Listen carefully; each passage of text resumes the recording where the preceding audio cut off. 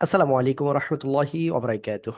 আলহামদুলিল্লাহ যে মহান আল্লাহ তাআলা আমাদেরকে পবিত্র কোরআনের মাস, পবিত্র একটা মাস, রমজান মাস।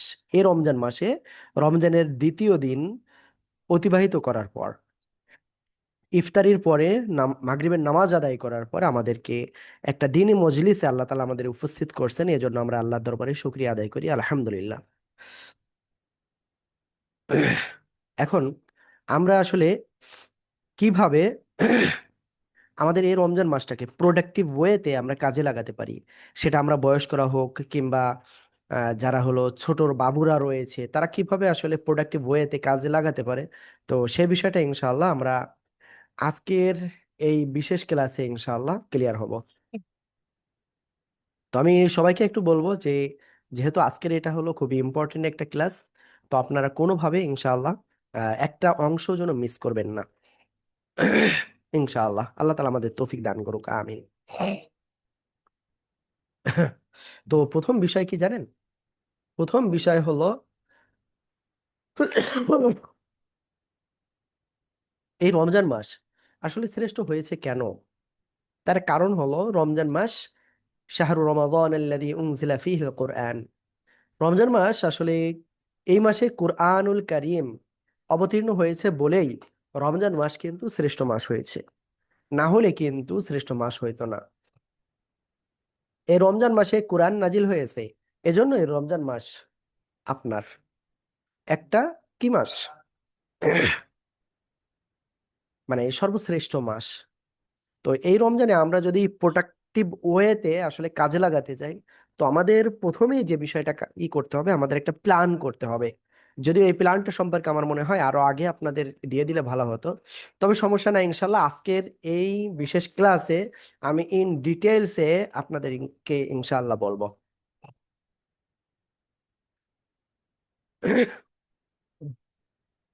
প্রথম বিষয় হলো আমরা যে যে বিষয় এখন রুটিন করব বা যে যে বিষয় আসলে খেয়াল করব, সেটার মূল উদ্দেশ্য যেন এক আল্লাহ তাআলার সন্তুষ্টি হয়।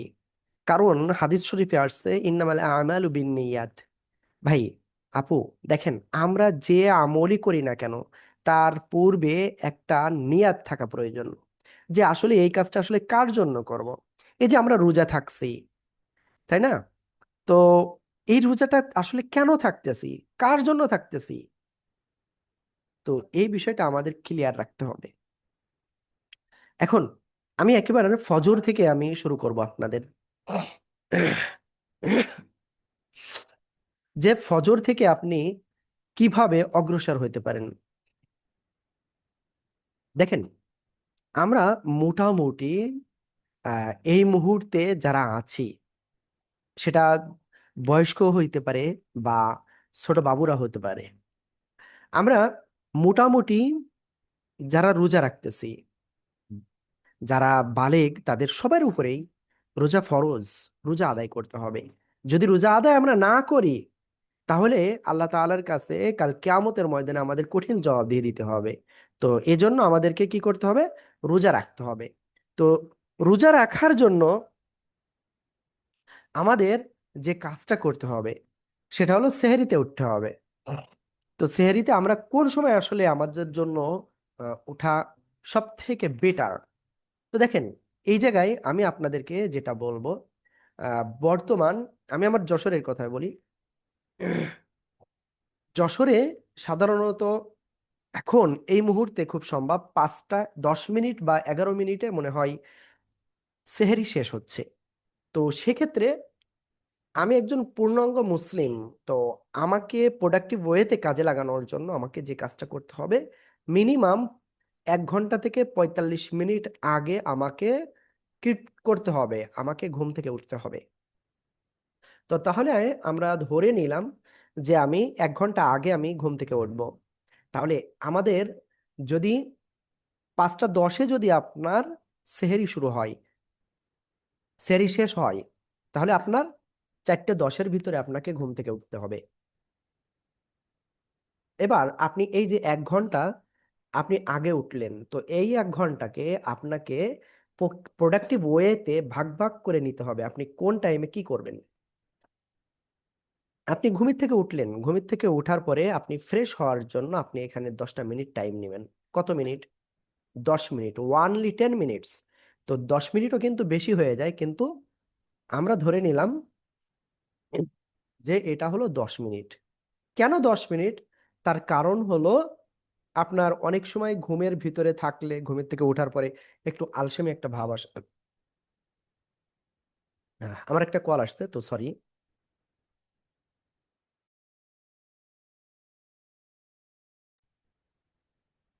হ্যাঁ, সরি। ওকে, তো যেটা বলতেছিলাম, আলসেমি একটা ভাব থাকে।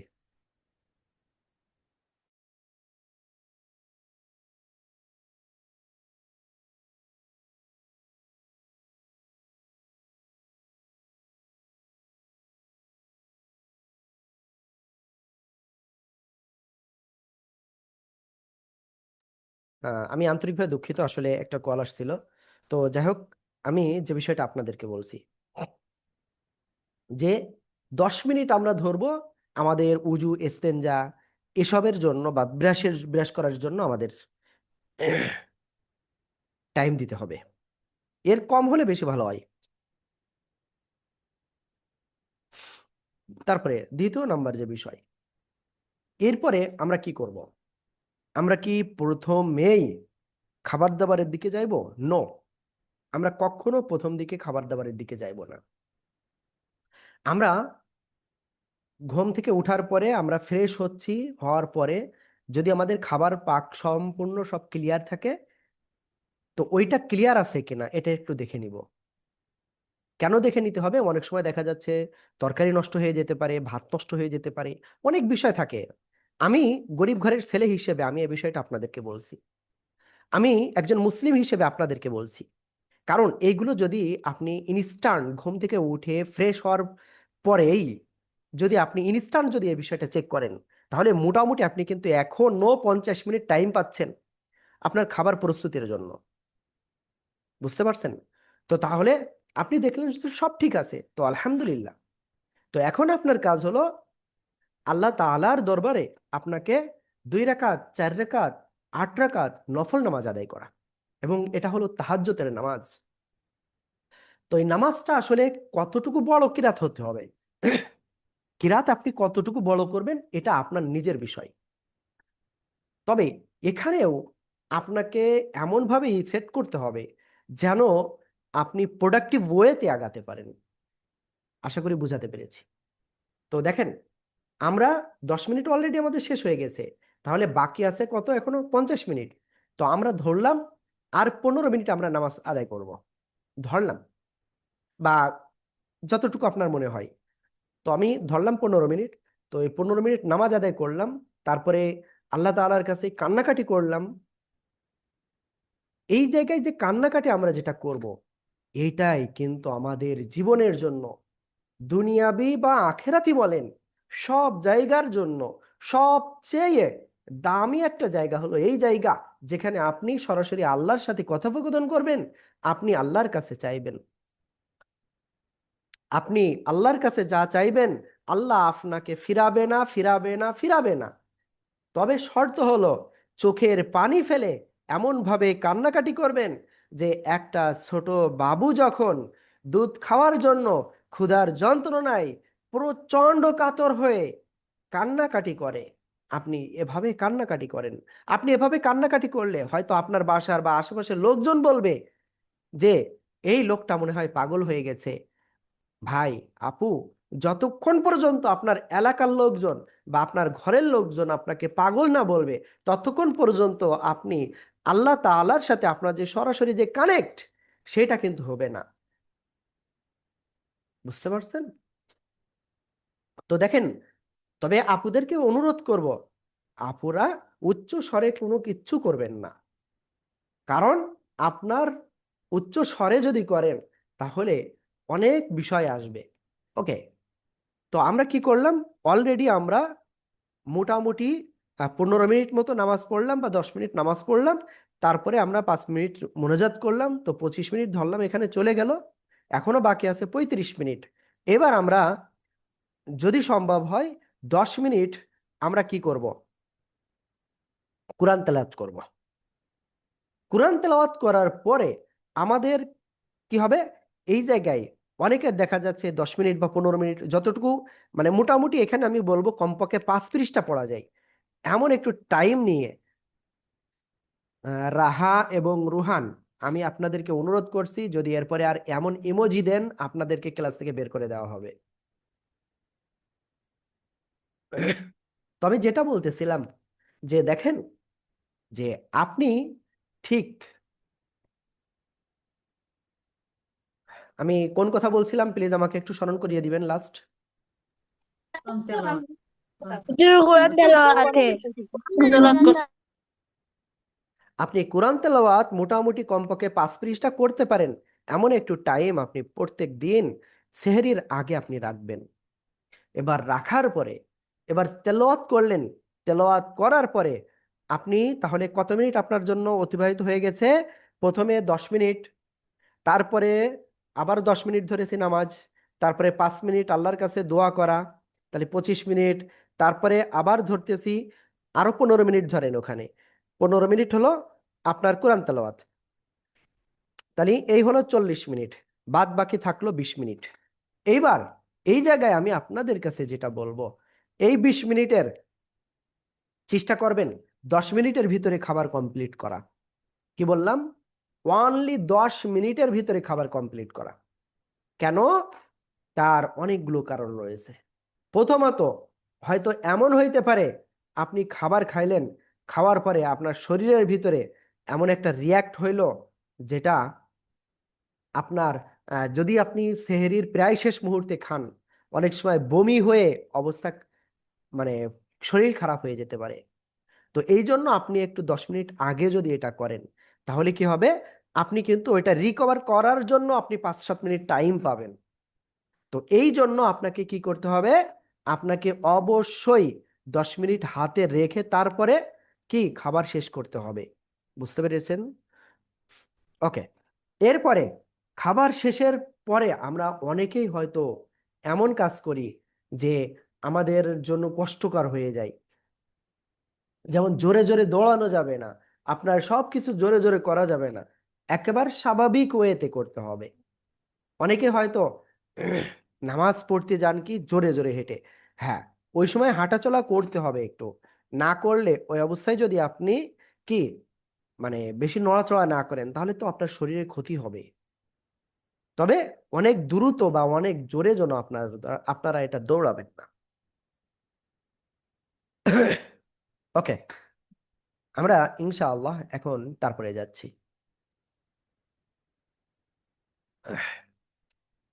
আল্লাহু আকবার কাবীরা। তো এরপরে আমরা কি কাজ করব? দেখেন, 10 মিনিট রয়েছে, এবার আমরা আবার একটু মিসওয়াক করব বা ব্রাশ করব।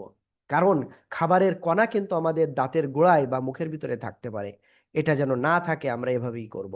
আর যারা পান খান অবশ্যই তারা কমপক্ষে 5 মিনিট আগে ব্রাশ কমপ্লিট করে তারপরেই করবেন। ওকে। এরপরে আপনার পর্যাপ্ত পরিমাণ পানি পান করতে হবে, যেহেতু আপনি সারাদিন পানি পান করতে পারবেন না, কোনো কিছু খাইতে পারবেন না, পর্যাপ্ত পরিমাণ করতে হবে যতটুকু প্রয়োজন। ঠিক আছে?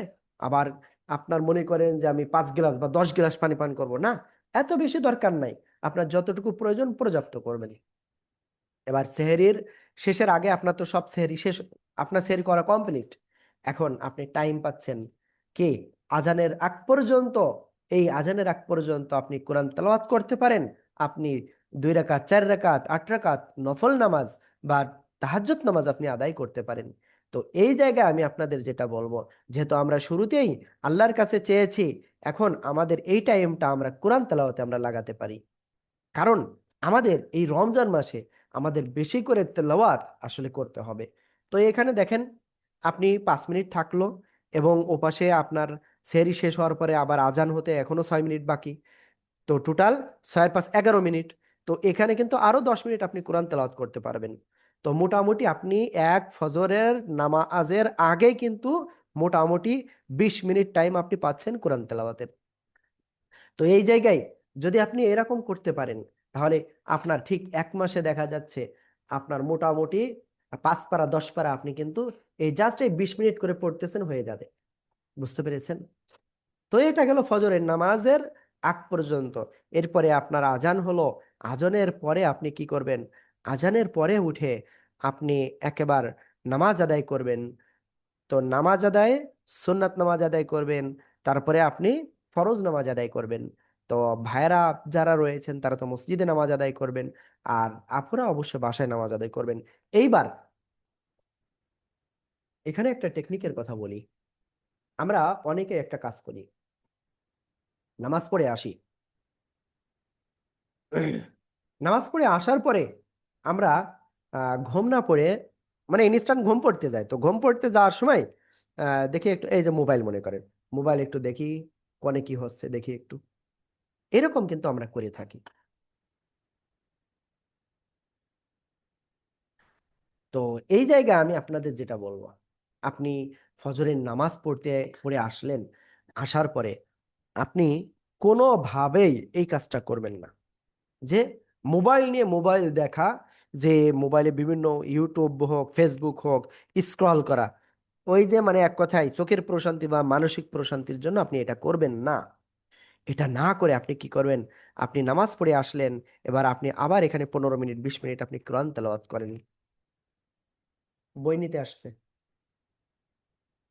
বই নিতে আসছে। তো যেটা বলতেছিলাম, যে দেখেন, তাহলে আমরা এক ফজরের নামাজের শেষ করা পর্যন্ত আমরা মোটামুটি টাইম যদি হিসাব করি, আমরা আলহামদুলিল্লাহ এতটুকু বলতে পারি, 35 থেকে 40 মিনিট মিনিমাম আমরা টাইম পাইবো, যেখানে আমরা কোরআন তেলাওয়াতের জন্য। তো মোটামুটি হয়তো অনেকের এইটুকু টাইমেই এক পারা হয়তো কোরআন কমপ্লিট হয়ে যাবে, কোরআন পড়া এক পারা। বুঝতে পারছেন? যে দেখেন, প্রোডাক্টিভ ওয়েতে জাস্ট আপনার আমি কতটুকু টাইমের কথা বলেছি।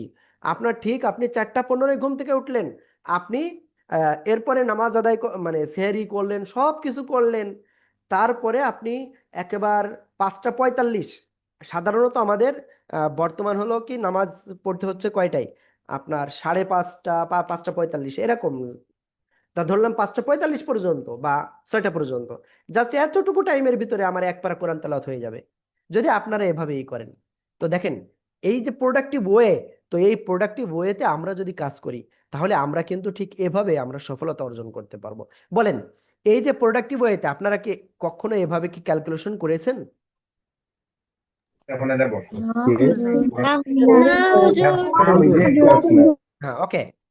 এটা আসলে আমাদের সব ছোট ছোট বাচ্চারা, ছোট ছোট স্টুডেন্ট যারা রয়েছেন, তারাই কথা বলতেছেন। আমি চাচ্ছিলাম আসলে বয়স্কদের কাছ থেকে আসলে একটু শুনতে এই বিষয়গুলো। ওকে, যাই হোক, আপনারা যদি এভাবে একটু কাজ করতে পারেন, তাহলে আপনারা অনায়াসে আপনারা অনেক দূর পর্যন্ত যেতে পারবেন ইনশাআল্লাহ। তো এরপরে আমি ফজরের নামাজ পড়ার পরে তেলাওয়াত করলাম, তারপর আমি কতটুকু ঘুমাবো, আমার জন্য কতটুকু ঘুম যথাযথ হবে। আসসালামু আলাইকুম।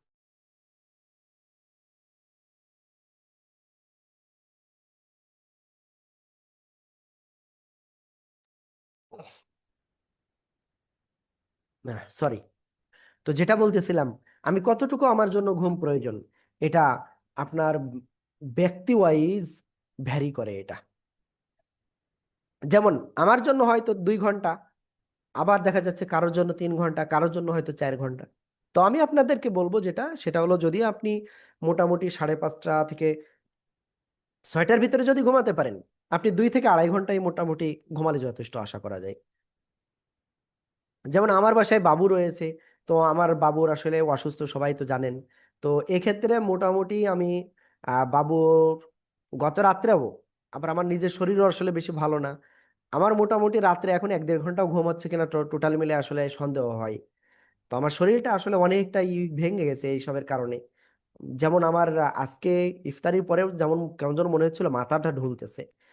তো এর এই যে ঢোলার কারণ কি? মূলত ঘুম কম, পর্যাপ্ত ঘুম হচ্ছে না। তো আপনাকে পর্যাপ্ত ঘুমাতে হবে। তো এরপরে আপনি সকালে ঘুম থেকে উঠলেন, ঘুম থেকে উঠার পরে ফ্রেশ হইলেন, ফ্রেশ হওয়ার পরে আপনি চেষ্টা করবেন আবার একটু কোরআন তেলাওয়াত করার। কোরআন তেলাওয়াত করলেন, তারপরে আপনার যদি ডিউটির জন্য যদি কোনো ডিউটি থাকে সে ডিউটি করবেন, আমাদের আপুরা যদি বাসায় কাজ থাকে সে কাজটা করবেন। তারপরে আপনি ফ্রি হইলেন, আপনি জোহরের নামাজের আগে ফ্রি হয়ে আপনি আবার একটু কোরআন তেলাওয়াত করবেন। কোরআন তেলাওয়াত যদি আপনি করতে পারেন এবং জোহরের নামাজ শেষেও আপনি একটু কোরআন তেলাওয়াত করলেন, এভাবে যদি কাজে লাগাতে পারেন টাইমকে, আমি তো অলরেডি এক পারার টাইম কিন্তু বের করে দিয়েছি ফজরের নামাজ পড়ার পরে ঘুমানোর আগ পর্যন্ত। এবার ওই পাশে আবার দেখেন, আপনি আবার 15 মিনিট 20 মিনিট করে যদি টাইম আবার বের করতে পারেন, তো আপনি ওই রকম আবার পড়লেন। এরপরে আসরের নামাজের পরে আবার একটু পড়লেন, মাগরিবের নামাজ পড়ে এক মন্তর আবার একটু পড়লেন, আবার ঈশার নামাজ বা তারাবির নামাজ পড়ে আবার একটু পড়লেন। তো এভাবে যদি আপনি একটু টাইমটা বের করতে পারেন কোরআন তেলাওয়াতের, তো আপনার জন্য এক খতম নয়, দুই খতম নয়, তিন খতম পড়া কোনো বিষয়ই না। তো এখানে আমি একটা ঘোষণা দিচ্ছি।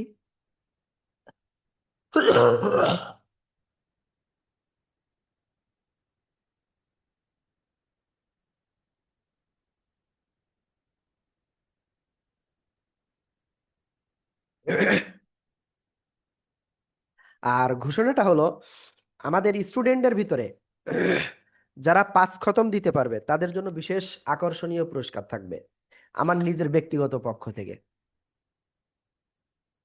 কি বললাম? যারা 5 খতম দিতে পারবেন এই রমজান মাসে তাদের জন্য বিশেষ পুরস্কার।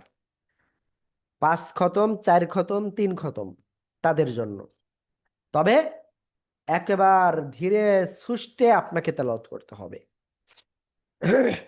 আপনি তেলাওয়াত করে গেলেন এরকম, উতলু মা ওহিয়া ইলাইকা পড়ে, আমি এই পড়তে গেলেও কিন্তু আসলে আমার ধীরে হয়ে যাবে। বাট আপনি এমন পড়েন না, আলহামদুলিল্লাহ রাব্বিল আলামিন আলহামদুলিল্লাহ আমিন, এরকম বলা যাবে না।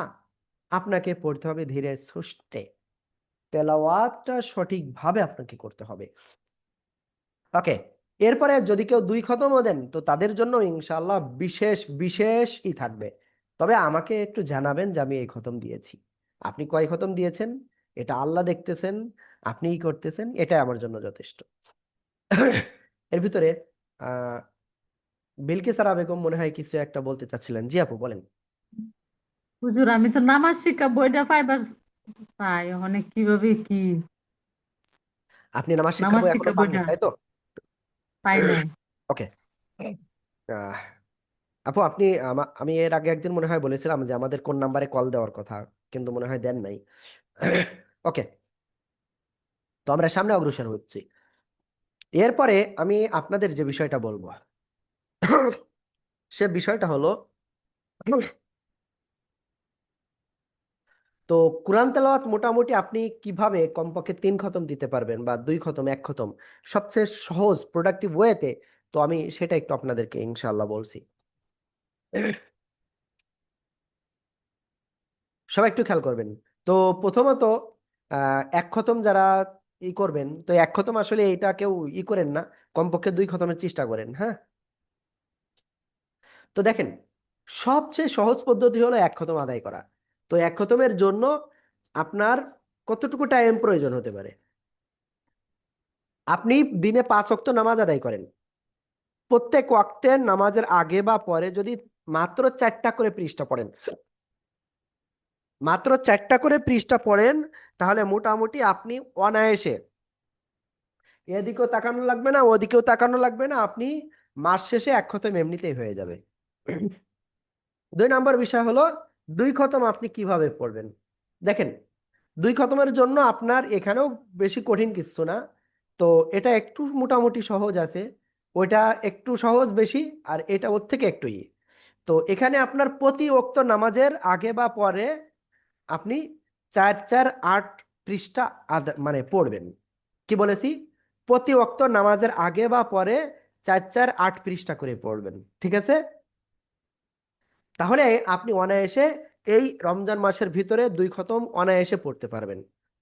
3 নম্বর যে বিষয়টা সেটা হলো 3 খতম আপনি কিভাবে পড়তে পারেন। তো 3 খতমের জন্য এটা কঠিন কিচ্ছু না।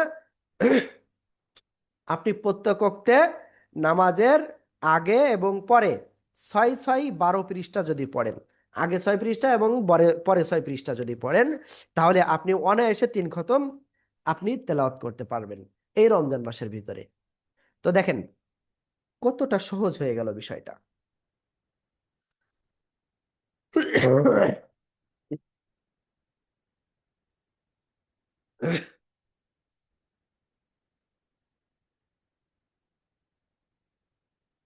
আর যদি আপনার এই নামাজের আগে পরে যদি আপনি টাইম বেশি না পান, তাহলে আমার আপনাদের জন্য যে বিষয়টা বলবো সেটা হলো তারাবির নামাজের আগে বা পরে পড়বেন। আবার সেহরির আগে এবং তারাবির সেহরির পরে, যে বিষয়টা আমি আগের থেকে অলরেডি বলে দিয়েছি, এটা আপনি করবেন ইনশাআল্লাহ। তাহলে আপনি অবশ্যই ইনশাআল্লাহ কি করবেন, উত্তম একটা প্রোডাক্টিভ ওয়েতে এই রমজানকে কাজে লাগাতে পারবেন ইনশাআল্লাহ। আল্লাহু আকবার কবীরা।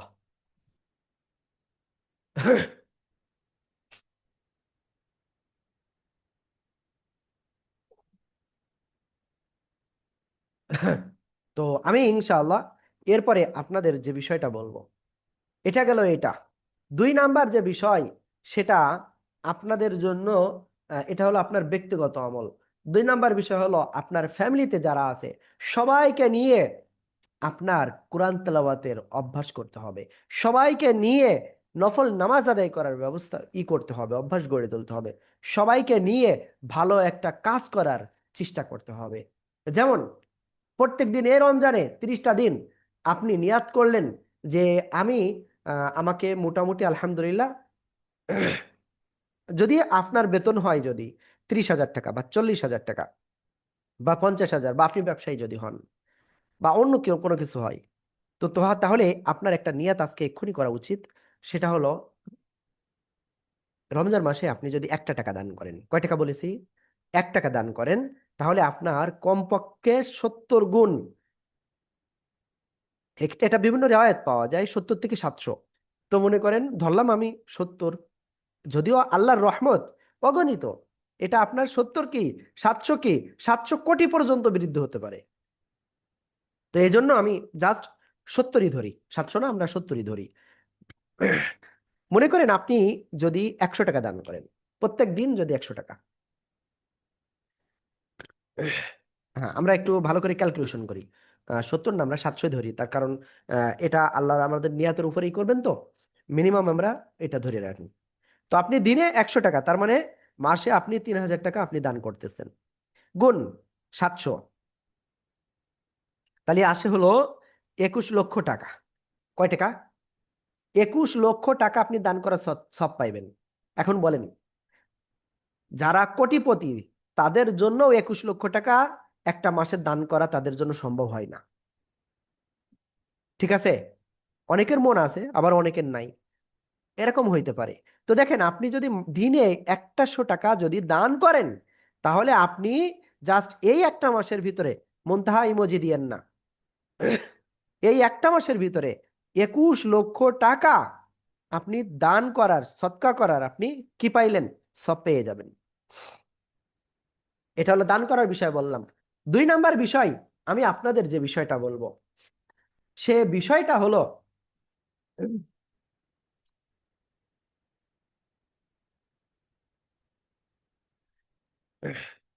রমজান মাসে বেশি করে রোজাদারদেরকে ইফতারি করানো।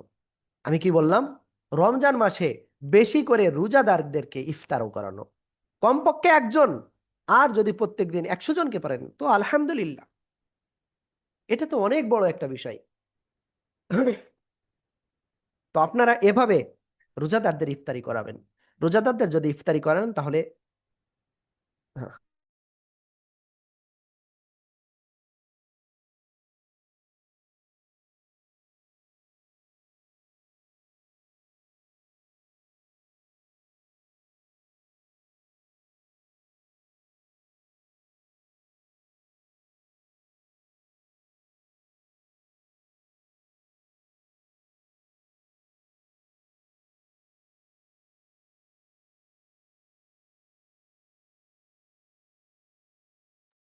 হ্যাঁ, ওকে। তো যাই হোক,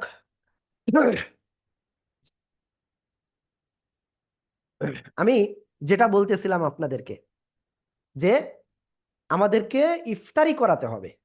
তো এই ইফতারিটা আপনি কাকে করাবেন, যে রোজাদার তাকে, নাকি যে রোজাদার নয়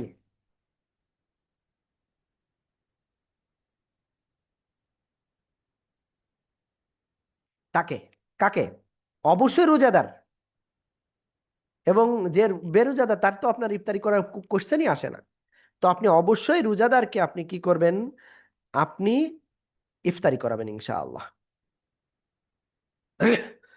এরপরের বিষয় হলো যে আপনার এলাকায় যদি তেমন কোনো লোক না থাকে, আর গরিবদেরকে বেশি করে দান সৎকা করবেন আপনারা। যে আপনি ভালো একটা মাদ্রাসায় বা প্রতিষ্ঠানের কাউকে আপনি ইফতারি করাতে চাচ্ছেন, তো এ বিষয়টা আপনি করাতে পারেন। যেমন এ বিষয়টা আসলে বলা কেমন হবে, কারণ আমাদের কাছে অনেকেই কিন্তু ফোন দিয়ে বলেন যে হুজুর আমরা একটু ইফতারি করাতে চাচ্ছি। তো এই বিষয়টা আসলে বলা ঠিক না। তো আমরা অনেক সময় অনেক কিছু বলি। তো আমরা সাধারণত আসলে কোনো দান সৎকা গ্রহণ করি না, আগে থেকে বলে দিচ্ছি। যদি কেউ নিজের স্বেচ্ছায়, দান নয়, এটা উস্তাদদের ভালোবেসে উস্তাদদেরকে করেন, তো আমরা সেটা গ্রহণ করি, আদারওয়াইজ আমরা কিন্তু কোনো কিছু গ্রহণ করি না। ওকে, অনেক সময় আমাদের বলেন, তাই আমরা আসলে কথার প্রেক্ষিতে এটা বললাম। তো যাই হোক, যদি এটা কেউ করতে চান, তো তার জন্য আমি স্পেশাল একটা নাম্বার দিয়ে দিব, সেই নাম্বারে আপনারা যোগাযোগ করবেন, সেই নাম্বারে আপনারা সবকিছু করবেন ইনশাআল্লাহ।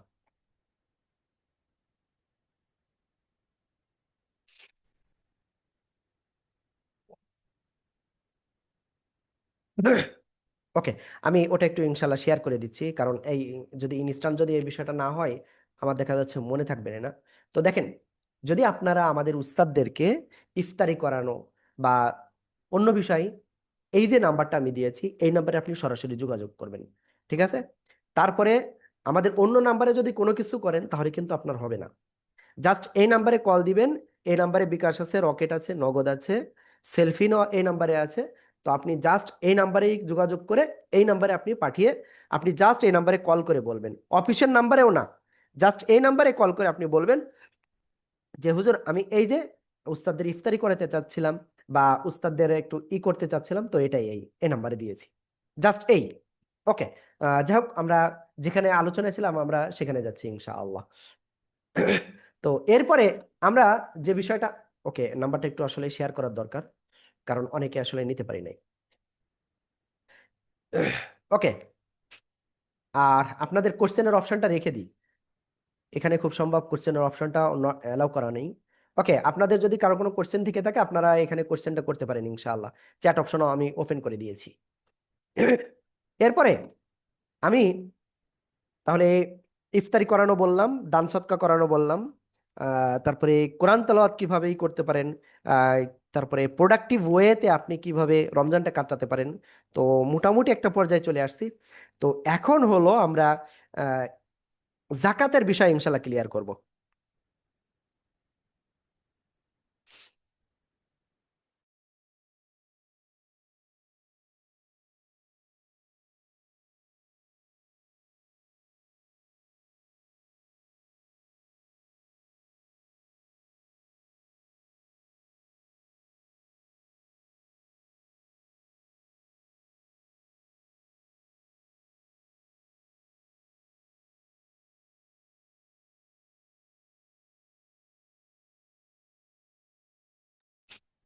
ওকে, আমাকে একটু সর্বশেষ একটা বিষয় আসলে ক্লিয়ার হতে হচ্ছিল, তো এটার জন্য আসলে আমি ওয়েট করতেছিলাম।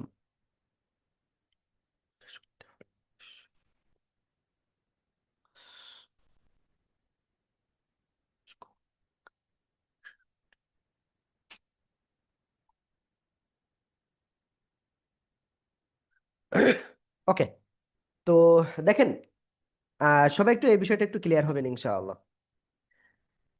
জাকাত কি? জাকাতের বিষয়, কতটুকু থাকলে, কতটুকু সম্পদ থাকলে আমাদের জাকাত দিতে হবে। জাকাত সম্পর্কে আমাদের মাঝে একদিন আমাদের ক্লাসের ভিতরে আমাদের এক আপু বলতেছিল, তো ওই বিষয়টা আমি ক্লিয়ার করে দিচ্ছি ইনশাআল্লাহ। আপনার জাকাতটা আপনার বিভিন্ন পণ্য ওয়াইজ হয়। যেমন আপনার স্বর্ণ আছে, আপনার রূপা আছে, আপনার টাকা আছে, আপনার গরু ছাগল আছে, তো বিভিন্নই। তো সব কিছু মনে করেন আপনার নির্দিষ্ট একটা নিসাবে না করে, আপনি মনে করেন আপনার সব অল্প অল্প আছে, সবকিছু অল্প অল্প আছে। তো সেক্ষেত্রে আপনি কি করবেন? দেখেন, জাকাত হলো এমন একটা বিষয়। তো জাকাতের আগে আমি আসলে সম্পদ নিয়েই করি। তো সম্পদটা আসলে কি? সম্পদটা হলো এটা মূলত আল্লাহ তাআলার একটা বিশেষ রহমত, যেটা আল্লাহ তাআলা সবাইকে দেন না, কিছু মানুষকে দেন, এবং তাদেরকে দেওয়ার পরে আল্লাহ তাআলা পরীক্ষা করেন যে আল্লাহ তাআলার রাস্তায় আমরা এটা কি ব্যয় করি কিনা। বুঝতে পেরেছেন? তো এটার জন্য আল্লাহ তাআলা আমাদেরকে সম্পদ দিয়ে আল্লাহ তাআলা পরীক্ষা করেন। তো যাদের সম্পদ আছে এবং তাদের সম্পদের পরিমাণ 52.5 তোলা রোপা, রোপা মানে কি বুঝতে পেরেছেন? স্বর্ণ এবং রৌপ্য যেটাকে বলা হয়। তো রোপা এর সম পরিমাণ দাম বা সমপরিমাণ মূল্য যদি আপনার কাছে গচ্ছিত থাকে, ব্যাংকে থাকে, বাসায় থাকে, বা এই সমপরিমাণ কি মাল আপনার রয়েছে, তাহলে আপনার উপরে জাকাত ফরজ, জাকাত ওয়াজিব আপনার উপরে। আমি বুঝাতে পেরেছি? এইবার খেয়াল করবেন ইনশাআল্লাহ, জাকাত তাহলে আপনার নির্দিষ্ট টাকাই যদি বলি, আমি জাস্ট এটা কয় তারিখের হিসাব, এটা হলো আপনার গত বুধবারের যে সর্বশেষ যে হালনাগাদ যে তথ্য সে অনুযায়ী আমি বলছি। সে অনুযায়ী আপনার বর্তমান বাংলাদেশে কোনো ব্যক্তির কাছে যদি 2,72,406 টাকার সমপরিমাণ স্বর্ণ, সমপরিমাণ অর্থ, রৌপ্য বা অন্যান্য ধন সম্পদ থেকে থাকে, তাহলে তার উপর জাকাত ওয়াজিব। আমি কি বুঝাতে পারছি? এইবার কথা হলো, জাকাত আসলে কত টাকা দিতে হবে? জাকাত আসলে কত টাকা দিতে হবে এই জায়গায় আমি বলবো আপনাদেরকে, জাস্ট 2.5 টাকা প্রতি 100 টাকায় 2.5 টাকা, অর্থাৎ প্রতি লাখে আপনার 2500 টাকা। কি বললাম? প্রতি লাখে আপনার 2500 টাকা। আশা করি ইনশাআল্লাহ আপনাদের বুঝাতে পেরেছি।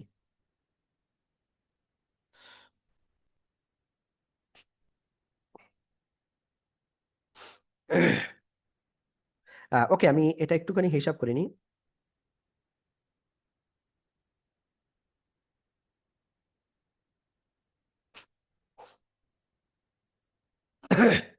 তাহলে আপনার বর্তমান সময়ে আপনার কাছে যদি 2 লক্ষ,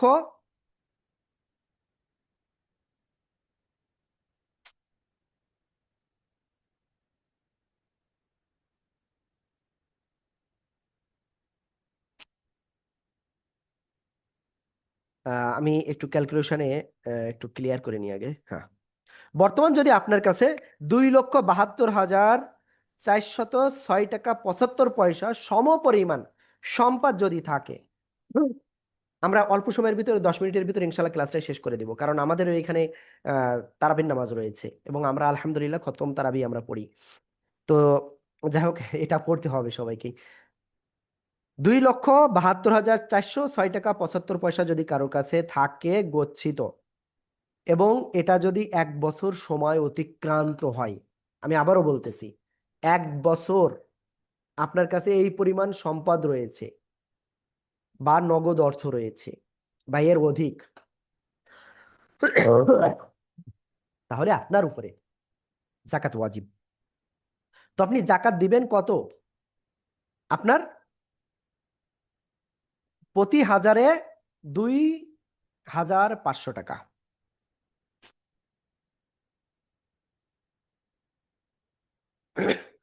তো সেক্ষেত্রে আপনার মোটামুটি সর্বশেষ যে তথ্য, তাতে আপনার আহ, যদি আপনার উপরে জাকাত ওয়াজিব হয়, তাহলে সেক্ষেত্রে 6,810 টাকা বা এরকম সামথিং আসবে।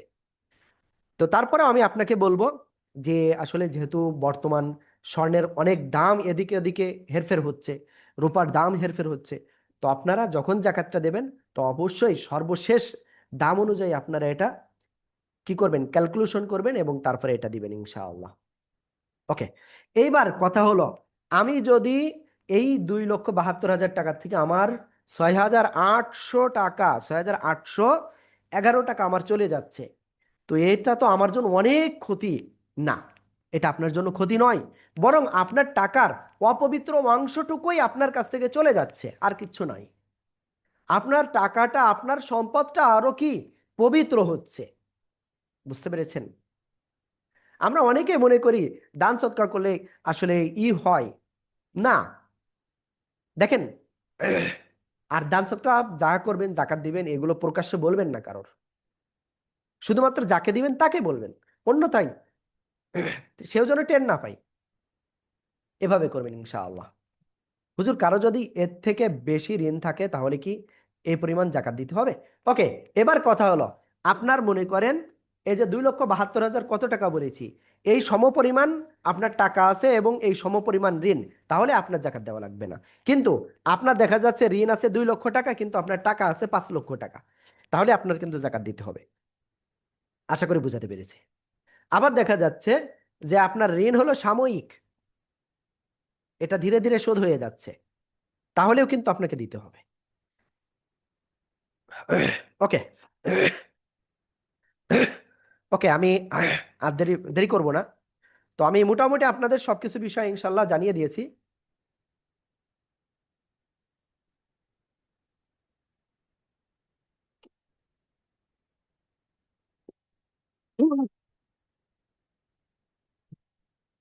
ওকে, একটুখানি প্রবলেম হচ্ছে আমাদের ডিসপ্লেতে, একটু সময় চাচ্ছি।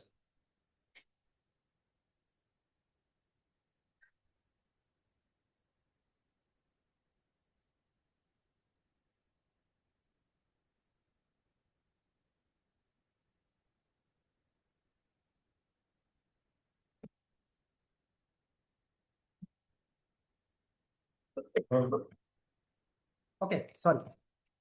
তো এখন যাদের কোশ্চেন আছে প্লিজ তারা একটু কোশ্চেনগুলো একটু দ্রুত লিখে ফেলেন।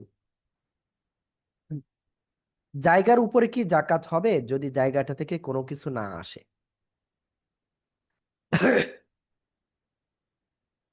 না।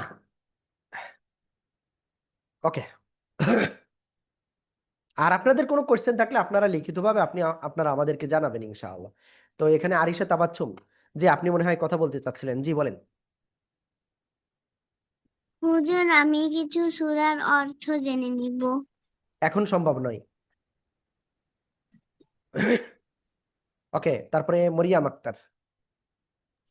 আসসালামু আলাইকুম। ওয়ালাইকুম আসসালাম, জি আপু কেমন আছেন? আলহামদুলিল্লাহ, ভালো ভালো আছেন হুজুর? আপনি তো অসুস্থ। যাক, হুজুর একটা জি। কথা, আমার মেয়ে আজকে স্কুল থেকে আইসে বলতেছে জেলে না ফরজ নামাজে খালি এই যে আপনার দোয়া মাসুরা মানে দরুদ শরীফ তাশা দোয়া দোয়া মাসুরা পড়ি না, সুন্নতে বলে দোয়া মাসুরা পড়তে হয় না? ওকে, প্রথম বিষয় হলো আপু যে জি আপনার আমাদের কি কি করতে হবে। আপনার তাশাহুদ, দুরূদ শরীফ, দোয়া মাসুরা, আমরা এই তিনটা দোয়া পড়বো, সুন্নত হোক বেতের জি হোক যেটাই হোক, বুঝতে পারছেন? জি, মানে আমার মেয়ে তার বান্ধবীদের কে জানি বলছে, তো আমি বললাম কোনোদিন তো শুনিনি, তাহলে আজকে হুজুর এক জিগামুনি। আর জি হুজুর। সবচেয়ে বড় জিনিস হলো তাশাহুদ পড়া ওয়াজিব, দুরূদ শরীফ পড়া সুন্নাত, আর আপনার কি বলে দোয়াই মাসুরা পড়া মুস্তাহাব। বা অনেকেই বলে আবার এই নামাজের ভিতরে দোয়াই মাসুরা এটা পড়া অনেকেই সুন্নাত বলেন, বুঝতে পারছেন? হুম, জি হুজুর, ওরে বললাম যে আমরা তো জানি পড়তে হয়, তো আমি ঠিক আছে। হুজুর। ওকে, পিয়ারু আপু প্লিজ। আসসালামু আলাইকুম রহমতুল্লাহ। হুজুর, ওই জি। জাকাত এই নিসাব পরিমাণ অলংকারের জন্য দিতে হবে? আপনার কাছে অলংকার থাকুক বা টাকা থাকুক, যাই থাকুক, এই সমপরিমাণ অর্থ থাকলেই হবে। এই তাইলে সবগুলা সমপরিমাণ মূল্য, দিতে হবে এই সমপরিমাণ মূল্য যদি আপনার কাছে থাকে, মূল্য বলতে শুধু টাকা না, ইনশাআল্লাহ। মনে করেন আপনার গহনা আছে, গহনার একটা হ্যাঁ, দাম হলো মনে করেন 1 লাখ টাকা কি 2 লাখ টাকা। আবার দেখা যাচ্ছে আপনার কাছে অন্য মাল আছে, ঠিক আছে, আবার দেখা যাচ্ছে হ্যাঁ, আপনার কাছে রূপা আছে, আবার ক্যাশ টাকা আছে, সবকিছু মিলিয়ে, হ্যাঁ। বুঝতে পারছেন? আচ্ছা আচ্ছা, সবগুলা দিতে হবে তাইলে। জি, জি। আচ্ছা, আচ্ছা। আর একটা কথা, জি ওই আপু, আমার ছেলে বিদেশে একটা কোম্পানিতে চাকরি করে। জি। এখন ওনার মা বলে বকশিস দিছে, বলছে 200 টাকা, ওইকে দুবাই রিয়াল, এই দেড়হাম। তো ও বলতেছে যদি জাকাত হয়, ওদেরকে জাকাত দিবে নাকি বকশিস বলে দিছে এমনি, তো ওগুলা খাইতে পারবে নাকি? এখন যদি ডাইরেক্ট যদি বলা হয় বলে বকশিস বা এমনি তার কাজের উপরে সন্তুষ্ট হয়ে দিয়ে থাকে তাহলে হ্যাঁ খাইতে পারবে। হ্যাঁ এরকম দিছে, এমনি এমনি তো দিছে এরকম হয়ে। যদি আপনাকে ডাইরেক্ট ওইটা বলে থাকে, আর যদি উম, দেখা যাচ্ছে সে মুখে বলতেছে একরকম কিন্তু ই করতেছে আরেক রকম, ওটা তো আমরা বলতে পারবো না। যতটুকু স্পষ্ট আসবে ততটুকুই আমরা পারবো, তাই না আপু? জি, এমনি বকশিস বলে দিছে, যেমনি খুশি জি, হয়ে তা দিছে। তো এখন ও বলতে ঠিক আছে দেখাতে আপু। পারবে নাকি?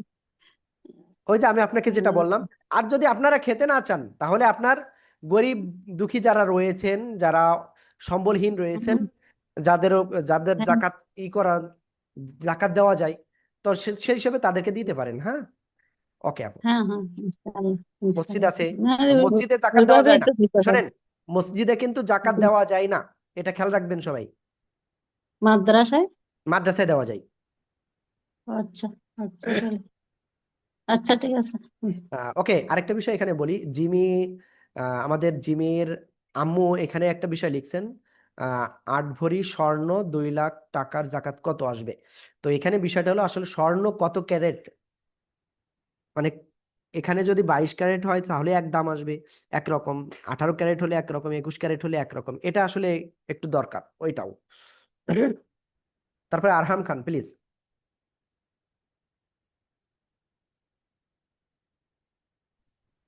হুজুর আজকের ক্লাসের রেকর্ডেড ভিডিওটা একটু যদি পাঠাইতেন ক্লাস হ্যাঁ, শেষে। ইনশাল্লাহ ইনশাল্লাহ ইনশাল্লাহ।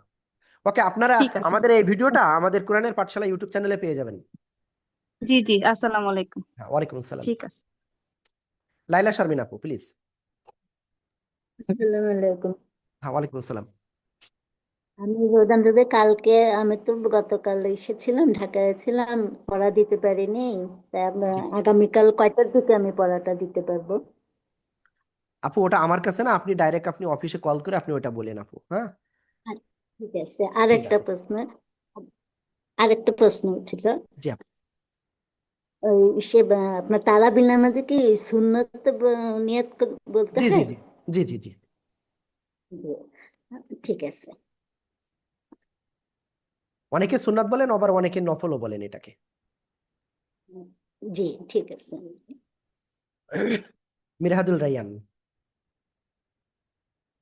আসসালামু আলাইকুম হুজুর। হ্যাঁ, ওয়ালাইকুম আসসালাম। জি, কেমন আছেন? জাকাত নিয়ে আমার প্রশ্নটা হচ্ছে, যেমন বিয়ের সময় যদি শ্বশুর বাড়ি থেকে স্বর্ণালংকার দেওয়া হয়, দেখা যাচ্ছে যে 2 লাখ অথবা 3 লাখ টাকার উপরে স্বর্ণ আছে, জি, যদি তার কাছে ক্যাশ টাকা না থাকে তখন জাকাত কিভাবে দিবে? প্রথম বিষয় হলো আপু, দেখা ক্যাশ টাকা আপনার কাছে একটা টাকাও নেই, এই তো? জি জি। একেবারে 1 টাকাও নাই? না, জাস্ট সাপোজ 1 টাকাও নাই তা না, মনে করেন যে সম পরিমাণে যে অলংকার আছে ওই অলংকারের পরিমাণে টাকা নাই, অর্থাৎ যে পরিমাণে জাকাত আসছে ওই পরিমাণে টাকা নাই, তখন কি হ্যাঁ, ওই করবে? পরিমাণ নয় আপু, আমি বিষয়টা আপনাকে বুঝাতে পারি না মনে হয়। এই যে 2,72,000 কত টাকা আমি বলেছি, তো এই সমপরিমাণ আপনার যদি দেখা যাচ্ছে স্বর্ণ হোক বা রূপ্য হোক, বা আপনার স্বর্ণ রূপা সহ আপনার টাকা জি বা আপনার অন্যান্য সম্পদ সব মিলিয়ে যদি আপনার এই সমপরিমাণ অর্থ হয়, তাহলে আমি কি বুঝাতে পেরেছি? জি জি, সেটা আমি বুঝতে পারছি। এখন যদি ক্যাশ টাকা না থাকে ওই পরিমাণে? আপু, ক্যাশ টাকা ওই পরিমাণ থাকতে হবে বিষয়টা এটা নয়।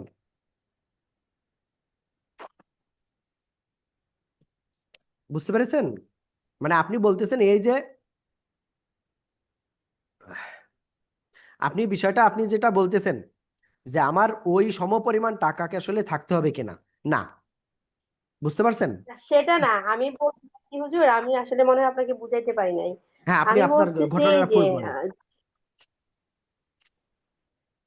যে পরিমাণে আমি আমার জাকাত আসছে ওই পরিমাণে টাকা যদি আমার কাছে না থাকে। ওকে, আপনার কাছে যদি না থাকে তাহলে অবশ্যই ভাইয়াকে মানে ভাইয়াকে দিতে হবে, মানে ভাইয়াকে বলতে হবে, ভাইয়া দিবে এটা। যদি সেটা সে আদায় না করে তাহলে তার জন্য সে আবার কিন্তু এখানে এক হিসেবে গুণাগার হবে, কারণ তার ভরণ পোষণ, মানে সে আপনার ভরণ পোষণ করে। বুঝতে পারছেন? এবং সে যদি না করে তাহলে আপনার ভাই বেকার যারা রয়েছে তারা এটা করবে, অর্থাৎ আপনি যার অধীনে রয়েছেন সে এই বিষয়টা করবে। আশা করি বুঝাতে পেরেছি। আচ্ছা আচ্ছা হুজুর, জি জি হুজুর, যেমন আমি ধন্যবাদ। আমার নিজের ক্ষেত্রে বলি, আমার গত 1-1.5 বছর আগেও আমার পরে কিন্তু জাকাতের কোনো ছিল না। তো আমার ওয়াইফের উপরে কিন্তু ছিল। তো তখন কিন্তু আমি ঠিকই আল্লাহর রহমতে আমরা সেটাই করেছি। বুঝতে পারছেন? ওকে। আহ, কাউসার ভাই মনে হয় হ্যান্ড রাইজ করছিলেন ইনস্ট্যান্ট। জি কাউসার ভাই। জি, আসসালামু আলাইকুম হুজুর। হ্যাঁ, আমাদের ওয়ালাইকুম তো আসসালাম। নামাজের সময় হয়ে যাচ্ছে, জি আমরা জি, বের হয়ে যেতে চাচ্ছি। নামাজের জন্য তো আপনারা চলে যান, না না নামাজের জন্য আপনারা হুজুর, চলে যান, সমস্যা আরেকটা নাই। জিনিস যেটা হলো, ওই আপা একদম প্র্যাকটিক্যাল একটা প্রবলেমের কথা বলেছে, সেটা হলো মানে আমরা মহিলা বা ভাবি, বোন, বউ, ওয়াইফ বা মেয়েদের কাছে যখন স্বর্ণ থাকে কিন্তু স্বর্ণটার জাকাত আদায় করার মতো ক্যাশ টাকা থাকে না, তখন সেই ক্ষেত্রে বিধানটা কি? মনে সেক্ষেত্রে করেন বিধান হলো স্বর্ণটা। স্বামীর সাথে আলোচনা করে ওটা হয় স্বামী পরিশোধ করবে, তাই না হলে যদি তার অন্য কোনো উপায় থাকে সেটা, তাই না হলে তার যার অধীনে রয়েছে সেই করবে এটা। কিন্তু স্বর্ণটা তো যার সম্পদ, যার তার তো জাকাত, তাহলে জাকাত আদায়ের ক্ষেত্রে কেন হাজবেন্ড বা ভাই করবে আর কি সেটা? ভাই, এখানে অনেক বিষয় রয়েছে। আচ্ছা। এখানে অনেক বিষয় রয়েছে। প্রথম বিষয় হলো যে আপনার আপনি মনে করেন আমাদের যে ভাবির কথাই বলি। হুম হুম তো ভাবি দেখা যাচ্ছে তার উপরে জাকাত আসলো 10,000 টাকা, কিন্তু তার আয়ের কোনো উৎস নাই। তাহলে সে হুম কি করবে? সে যদি এই জাকাতটা না দিতে পারে, কাল কিয়ামতের ময়দানে সে কাঠগড়ায় থাকবে। 2 নম্বর বিষয় হলো সে যার অধীনে, আপনার অধীনে, তো আপনাকে তখন সে কিন্তু ডাইরেক্ট দেখাই দেবে আমার কোনো অপশন ছিল না, আমার অপশন ছিল এই, আমি অধীনে ছিলাম। তো এখন আল্লাহ, আমার তো যেহেতু কোনো অপশন নাই, কোনো কিছু করতাম না, তো তখন আপনাকে ধরবে। বুঝতে পারছেন? এবার বুঝতে এখানে একটা পারছি। হাদিসের কথা বলি। কুল্লুকুম রাইন ওয়া কুল্লুকুম মাসউলিন আন রাইয়াতিহি। প্রত্যেক ব্যক্তি তার অধীনস্থদের ব্যাপারে জিজ্ঞাসিত হতে হবে কাল কিয়ামতের ময়দানে। তো তখন কাল কিয়ামতের ময়দানে আপনার ওয়াইফের ব্যাপারেও আপনি জিজ্ঞাসিত হবেন, আমার ওয়াইফের ব্যাপারে আমি জিজ্ঞাসিত হব। জাকাত ফরজ হয়েছিল, জাকাত ওয়াজিব হয়েছিল, সেটা আসলে দিতে পেরেছি কিনা, সব কিছু বিষয় আসলে। বুঝতে পারছেন? এই আর কি। জি হুজুর, আসসালামু আলাইকুম, হ্যাঁ, ধন্যবাদ, ঠিক আমি আছে। বেরোই। ওকে ভাই। তো আসলে আমি আর বেশি সময় আসলে আমিও কথা বলতে পারতেছি না। জি, আফিয়া আবিদা। হুজুর আসসালামু আলাইকুম। হ্যাঁ, ওয়ালাইকুম আসসালাম। হুজুর, আমি বলছিলাম যে আমার যে পরিমাণ স্বর্ণ আছে ওই পরিমাণ আমার কাছে স্বর্ণ আছে, কিন্তু আমি ওই পরিমাণ একটা কাজ করা ওই পরিমাণ ঋণও আছে। তাহলে কি আমার ওই স্বর্ণের পরিমাণের জাকাত দিতে হবে? ঋণ কি আপনি আছেন না ভাইয়া আছে? আমি আছি। না, এটা আগে হতে হবে, এটা আগে। যদি মনে করেন আপনার হুম, কাছে যেটা আছে এবং সমপরিমাণে আপনি ঋণ রয়েছেন, তাহলে জাকাত নাই। হুম, যদি দেখা যাচ্ছে এটা আমার আপনার জানা যে আছে। অর্থ আছে, আপনার হুম, ঋণটা পরিশোধ করার পরেও আপনার জাকাতের যে পরিমাণ, জাকাত মানে অর্থ থাকলে জাকাত ওয়াজিব, সে পরিমাণ হয়, তাহলে আপনাকে জাকাত দিতে হবে। যতটুক থাকবে ততটুক পরিমাণ দিতে হবে। জি জি জি। ওকে, নুরজাহান আপু প্লিজ। নুরজাহান আপু প্লিজ একটু দ্রুত বলেন। আর লুবানি আপু না কে যেন কিছু বলতে চাচ্ছিলেন। জি বলেন। লাবণী আপু প্লিজ। হুজুর আসসালামু আলাইকুম। হ্যাঁ, ওয়ালাইকুম আসসালাম। হুজুর, আমি যে আপনাদের 49তম ব্যাচের স্টুডেন্ট। জি। তো আমি একটা মানে কথা বলতে চাই আর কি, মানে কিভাবে কি করা যাবে। মানে আমি কোরআন পড়তেছি, কিন্তু যখন টান হয় না, ধরেন হরকতে বা কোনো জায়গায় টান নাই, এক আলিফ বা চার আলিফ কোনো জায়গায় টান নাই, কিন্তু আমার শুধু টান আইসা যায়। আমি এখন কি আপু, করতে পারি এই আমাদের বিষয়ে একটা। বইতে যে নাম্বারটা রয়েছে ওই নাম্বারে একটু কল দিন, আপনাকে ইনশাল্লাহ ওখান থেকে হেল্প করবে ইনশাল্লাহ। ঠিক আছে আপু? ঠিক আছে। ইনশাল্লাহ ইনশাল্লাহ। ওকে নুরজাহান আপু, জি এবার বলেন। বলছিলাম তারাবি নামাজের যে মুনাজাতটা, জি। ওইখানে যে আল্লাহর নাম আছে, ইয়া গাফফার, ইসাত, এই নামগুলো যদি অন্য কয়েকটা নাম চলে আসে তাহলে কি কোনো গুনাহ হবে নাকি? না না না না আল্লাহর না নাম। না না না। ও, আচ্ছা ঠিক আছে। রক্সানা আপু প্লিজ একটু দ্রুত বলেন, আমরা আসলে তারাবির টাইম হয়ে যাচ্ছে আমাদের। জি, আসসালামু আলাইকুম হুজুর। জি। আচ্ছা, আমি একটা জিনিস জানতে চাচ্ছি। ধরেন যে মানে আমার নিজের টাকা কিন্তু মানে কারো কাছে ধার দেওয়া আছে, হ্যাঁ, একটা হ্যাঁ, অ্যামাউন্ট সেটাও ধার দেওয়া জাকাত আছে। ওয়াজিব, সেক্ষেত্রেও জাকাত ওয়াজিব। আরো একটা বিষয় আছে হুজুর। মানে মানে একটা সম্পত্তি আমি বিক্রি করছি। তো সেখান থেকে উনি বলছিল যদি ওনার সম্ভব হয় একটা অ্যামাউন্ট উনি দিবে, হ্যাঁ। সেই ধরেন না 4-5 লাখ মতো এরকম একটা অ্যামাউন্ট দিবে। এখন উনি দিবে বলছে, কিন্তু এখনো আমার হাতে আসে নাই। সেটার জাকাত কি হবে কিনা? না। না, হাতে এসে পড়লে 1 বছর থাকলে তারপরে জি হবে জি না? জি জি 1 বছর এটা রাউন্ড থাকতে হবে। জি। আচ্ছা জি, ধন্যবাদ জি, আসসালামু আলাইকুম। আর এর ভিতর আরেকটা বিষয় বলবো, আমরা অনেক সময় আসলে এই 1 বছর সময় মাপতে পারি না কিন্তু। তো এক্ষেত্রে আমরা যে কাজটা করতে পারি, আমরা রমজান টু রমজান অনেকে আমরা ধরতে পারি। ঠিক আছে, তাহলে কি হবে, আমাদের জাকাতটা আমরা সময় মতো যাতে কাভার হয়ে যায়। কারণ এই সম্পদ আমার নয়, এই সম্পদ আল্লাহ তাআলার দেওয়া একটা আমানত। তারপরে মরিয়াম আক্তার প্লিজ, তাসলিমা আক্তার জাহান। আসসালামু আলাইকুম।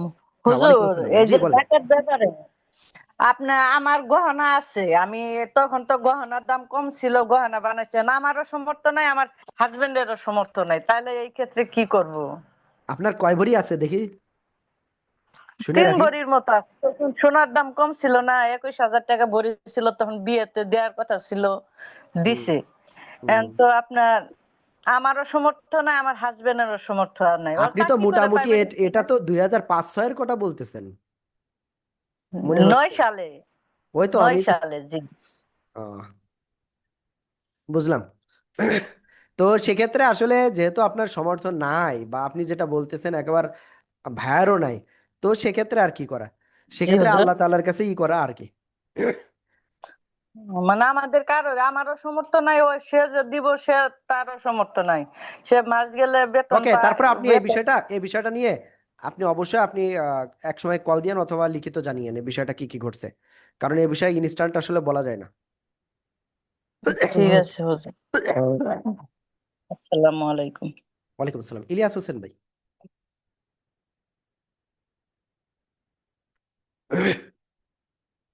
ইলিয়াস হোসেন ভাই প্লিজ একটু দ্রুত বলেন। আসসালামু আলাইকুম হুজুর। জি। যদি জাকাত যাকে আমি দিব তাকে যদি না বলা হয় যে আমি আমি আপনাকে জাকাত দিচ্ছি, তো সেটা কি হবে? হ্যাঁ, জাকাত আদায় হবে, জাকাত আদায় হবে ভাই।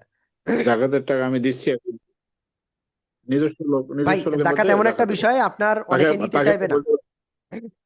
অনেকে জি জাকাত জি জি। নিতে চায় না, বুঝছেন?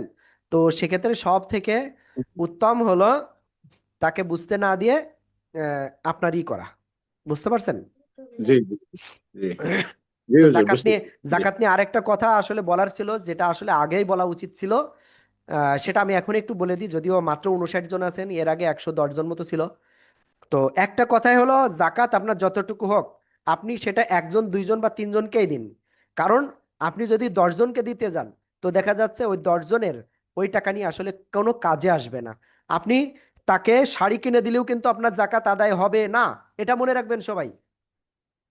আপনি লুঙ্গি বিলি করে দেবেন, আপনার জাকাত আদায় হবে না, এটা মনে রাখবেন। কেন হবে না? তার অনেকগুলো কারণ রয়েছে।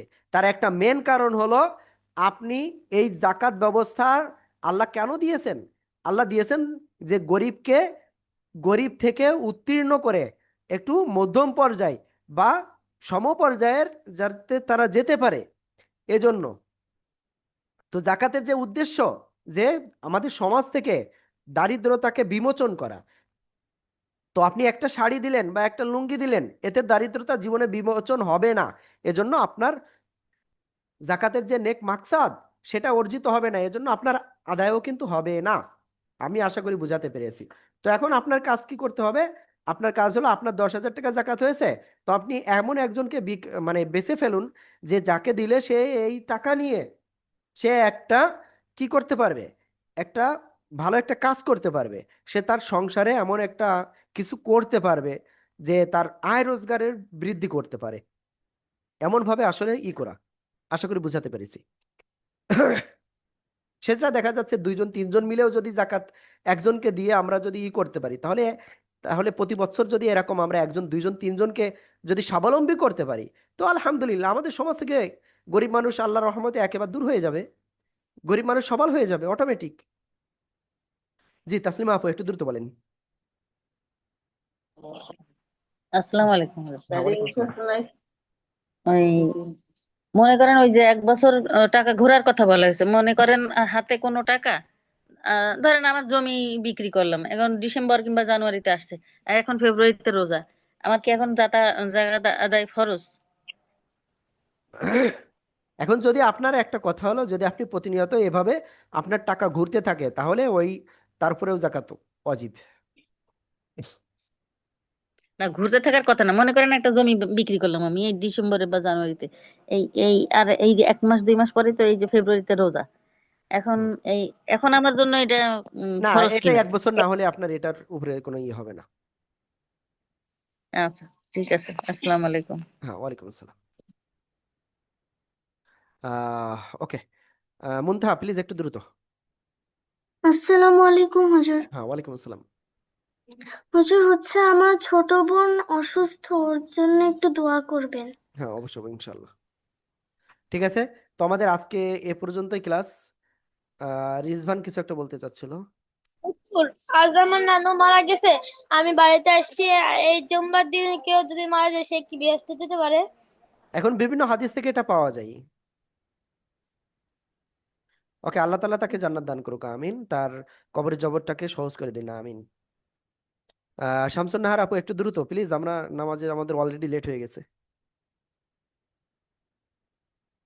আসসালামু আলাইকুম হুজুর। হ্যাঁ, ওয়ালাইকুম আসসালাম। জি আপু। হুজুর, হুজুর আসসালামু আলাইকুম। ওয়ালাইকুম আসসালাম। হুজুর, জি আপু। মেয়েটা এবার এসে আমার মেয়েটা এবার এসএসসি ক্যান্ডিডেট, ওর জন্য একটু দোয়া করবেন। আলহামদুলিল্লাহ আপু। ওকে, তো ঠিক আছে হুজুর, মোটামুটি। জি জি আপু বলেন।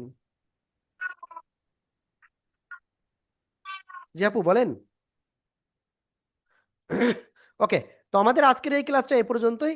তো সবাই ভালো থাকবেন, সুস্থ থাকবেন। আল্লাহ তাআলা যেন আমাদের সবাইকে আল্লাহ তাআলার রাজি খুশি অনুযায়ী চলার তৌফিক দান করুন। আল্লাহ তাআলার বিধান অনুযায়ী আমাদের চলার তৌফিক দান করুন, আমিন। এবং এই পবিত্র রমজানে আমরা যেন প্রোডাক্টিভ ওয়েতে কাজে লাগিয়ে আমরা আমাদের জীবনটাকে উজ্জ্বল এবং আমাদের আখিরাতের জীবনকে উজ্জ্বল করতে পারি। আল্লাহ তাআলা আমাদের সে তৌফিক দান করুন, আমিন। আসসালামু আলাইকুম ওয়া রাহমাতুল্লাহি ওয়া বারাকাতুহু।